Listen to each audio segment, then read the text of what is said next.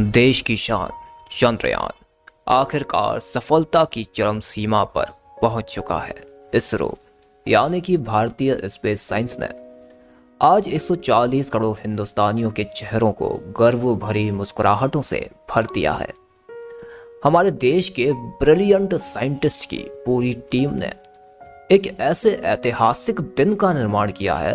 अपनी इंटेलिजेंस और मेहनत से पूरी दुनिया को ये बता दिया कि अगर भारतीय चाहें तो स्पेस साइंस में भी पूरी दुनिया को पीछे छोड़ सकते हैं। आज भारत दुनिया का वो पहला देश बन चुका है जो चांद के दक्षिण ध्रुव इलाके में सफलतापूर्वक बिना किसी परेशानी के उतरा है। इसरो की वजह से आज हम गर्व से सीना उठाकर चल सकते हैं, क्योंकि ये सब कुछ संभव हुआ है सिर्फ उनके साहस और विश्वास की वजह से। लेकिन क्या आप जानते हैं कि इसरो के चंद्रयान के भारत से निकलकर चांद के एक कोने में जाकर तिरंगा फहराने तक की ये जो पूरी कहानी है, इसके बीच इतनी सारी दिलचस्प घटनाएं घटी। एक के बाद एक चंद्रयान चांद के इतने सारे खुलासे करता गया और कितनी तरह की ऑर्बिट से वो गुजरा।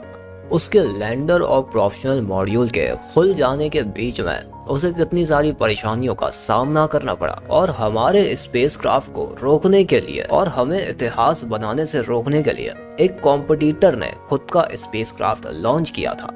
और चांद पर पहुंचने की इस रेस में आखिर कौन जीता और कौन हारा, इन सब की पूरी कहानी आज के इस वीडियो में हम चर्चा करने वाले हैं। आखिर वो कौन सी कठिनाइयां थी जिनका इसरो को सामना करना पड़ा, आखिर क्या है चंद्रयान 3 की पूरी कहानी, जानते हैं आर फैक्ट वर्ल्ड के इस नए एपिसोड में। इस कहानी की शुरुआत ना तो जब होती है जब चंद्रयान 3 लॉन्च हुआ था, और ना ही जब चंद्रयान 3 का इसरो को आइडिया आया था। इन सब की शुरुआत अगर आपको जानना है तो हमें वक्त में थोड़े पीछे चलना होगा। चलते हैं आज से करीब 3 साल पहले।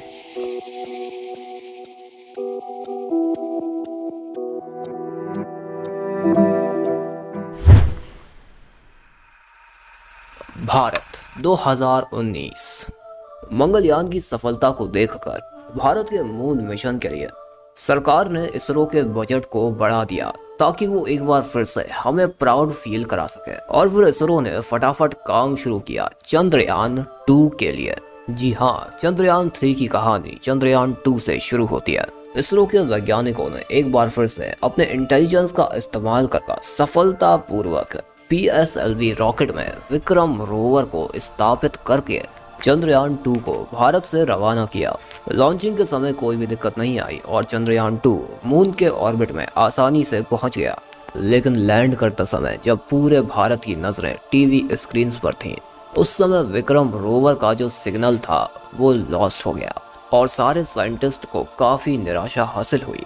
वैसे बता दें कि चंद्रयान 2 देखा जाए तो आधा सफल हो चुका था, क्योंकि चांद के ऑर्बिट में इसका जो प्रोफेशनल मॉड्यूल है वो अभी भी घूम रहा है।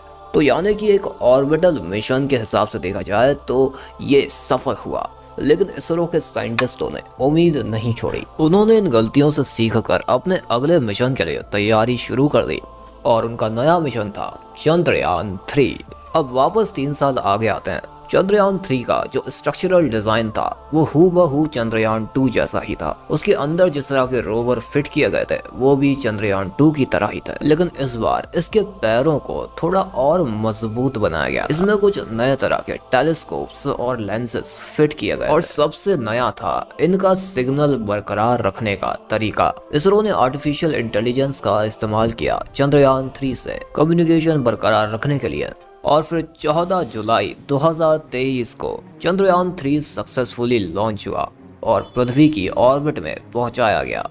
और फिर करीब 31 जुलाई को इसने चांद के ऑर्बिट में कदम रखा, और फिर कदम रखते से ही इसने अपने टेलीस्कोप की मदद से चांद की कुछ बहुत ही बेहतरीन तस्वीरें इसरो तक पहुंचाई, और पूरे देश ने वो तस्वीरें देखी। और चंद्रयान 3 ने यह बता दिया कि वो चांद के कितने करीब है।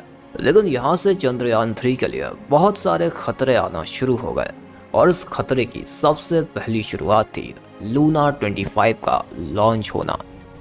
आखिर क्या था लूना 25 और ये हमारे स्पेसक्राफ्ट के लिए इतना बड़ा खतरा क्यों साबित हो रहा था? तो 10 अगस्त 2023 को रशिया ने खुद का स्पेसक्राफ्ट लॉन्च किया। खतरा यह था कि रशिया भी उसी जगह अपना स्पेसक्राफ्ट लैंड करना चाहता था जिस जगह भारत लैंड होने वाला है, यानी कि दक्षिण ध्रुव इलाका। उस जगह पर अभी तक किसी ने भी कदम नहीं रखा था। वो चांद का सबसे अनएक्सप्लोर्ड एरिया था, यानी कि उस जगह की अभी तक जांच नहीं की गई है। और रशिया ने काफी जल्दबाजी में अपने स्पेसक्राफ्ट को लॉन्च किया, जो कि साफ साफ समझ आ रहा था कि रशिया भारत से रेस लगा रहा है सबसे पहले दक्षिण ध्रुव पर पहुंचने के लिए, ताकि भारत नहीं बल्कि रशिया उस एरिया पर उतरने वाला पहला देश बन जाए। और फिर करीब 20 से 23 अगस्त के बीच में दोनों यान चांद की सबसे आखिरी ऑर्बिट यानी कि लूनार ऑर्बिट में कदम रख चुके थे। और यहाँ से आता है एक बहुत बड़ा प्लॉट ट्विस्ट, क्योंकि रशिया ने काफी सालों से अपना स्पेसक्राफ्ट लॉन्च नहीं किया। उसने चांद पर पहुंचने की होड़ के चलते जैसे तैसे अपना स्पेसक्राफ्ट लॉन्च किया था। लूना 25 इतना कमजोर था कि उसके जो वैज्ञानिक थे उन्हें भी इसके से 60% सफल होने पर ही भरोसा था। तो ऐसे में ये लोग क्या ही चांद पर पहुंच पाएंगे? चांद की ऑर्बिट में पहुंचते ही 20 अगस्त की रात को लूना 25 क्रैश होते हुए चांद के सरफेस पर गिर पड़ा और वो रशिया का सबसे पहला देश बनने का सपना अधूरा रह गया। तो वहीं हमारा इसरो पूरी तैयारी के साथ था।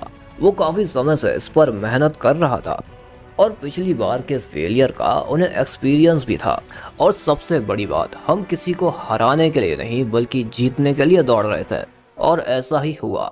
चंद्रयान 3 सफलतापूर्वक लूनार ऑर्बिट में घूम रहा था, तो वहीं लूना 25 चांद पर पड़ा हुआ था। और इसी के साथ चंद्रयान 3 के प्रोफेशनल और लैंडर मॉड्यूल अलग अलग हुए। लेकिन ध्यान रहे, खतरा अभी टला नहीं था।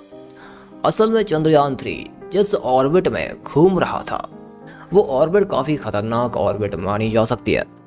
पहली बात तो रशिया का लूना 25 उसी ऑर्बिट में फेल हो चुका है और ज्यादातर जो चांद के मिशन किए जाते हैं वो इसी ऑर्बिट में आकर फेल होते हैं। और उससे भी बड़ी बात, अपना जो चंद्रयान 2 था वो भी इसी ऑर्बिट में आकर क्रैश हुआ था। तो यानी कि भारत का स्पेसक्राफ्ट इस वक्त चांद की सबसे डेंजरस ऑर्बिट में मूव कर रहा था। अब अगर वो लैंडिंग डेट को थोड़ा सा और एक्सटेंड करते तो हो सकता है कि बाकी फील्ड स्पेसक्राफ्ट्स के जो टुकड़े हैं, जो मलबे हैं, वो हमारे स्पेसक्राफ्ट से टकरा सकते थे, जिससे कि विक्रम रोवर को लैंड करते समय काफी प्रॉब्लम हो सकती है। लेकिन हमारे साथ सिर्फ तकनीकी विकास ही नहीं बल्कि 140 करोड़ के आवामों की दुआएं भी थीं। और फिर 2 दिन तक लूनार ऑर्बिट में सफर करने के बाद वो दिन आखिरकार आ ही गया, जिसका हमारे प्रधानमंत्री जी को, हमारे पूरे देश को और खासकर कि इसरो के वैज्ञानिकों को काफी समय से इंतजार। 23 अगस्त 2023 इसरो के श्रीहरिकोटा बिल्डिंग में लैंडिंग का सेगमेंट चालू किया गया।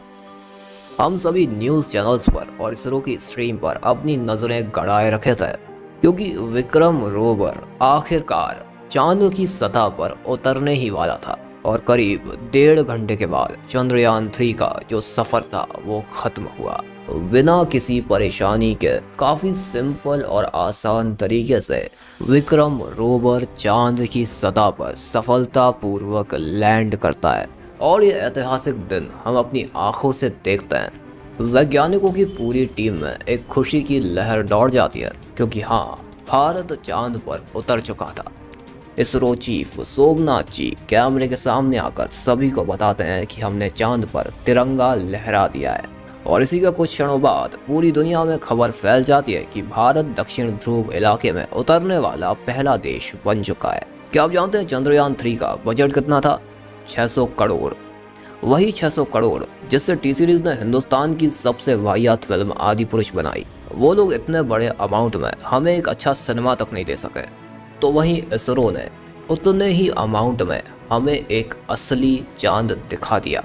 हमारे स्पेस साइंस की सबसे खास बात यही है कि ये काफ़ी कम पैसों में मिसालें खड़ी कर देता है। फिर चाहे वो मंगलयान हो, चंद्रयान 2 हो या फिर चंद्रयान 3। पूरी दुनिया को जहाँ पर अरबों खरबों डॉलर लगते हैं, हम लोग सिर्फ करोड़ों में ही स्पेस से रूबरू हो जाते हैं। और जैसा कि इसरो के स्ट्रीम के कमेंटेटर का कहना था कि बचपन से हम एक कविता गाते आ रहे हैं, चंदा मामा दूर के। लेकिन आज भारत का हर बच्चा कहता है, चंदा मामा हमारे घर के। आप भारत के इस हिस्टोरिक इवेंट से कितने खुश हैं, हमें कमेंट में ज़रूर बताएं। अगर वीडियो अच्छी लगी हो तो उसे लाइक कर दोस्तों के साथ शेयर करिए। मिलते हैं अगली बार।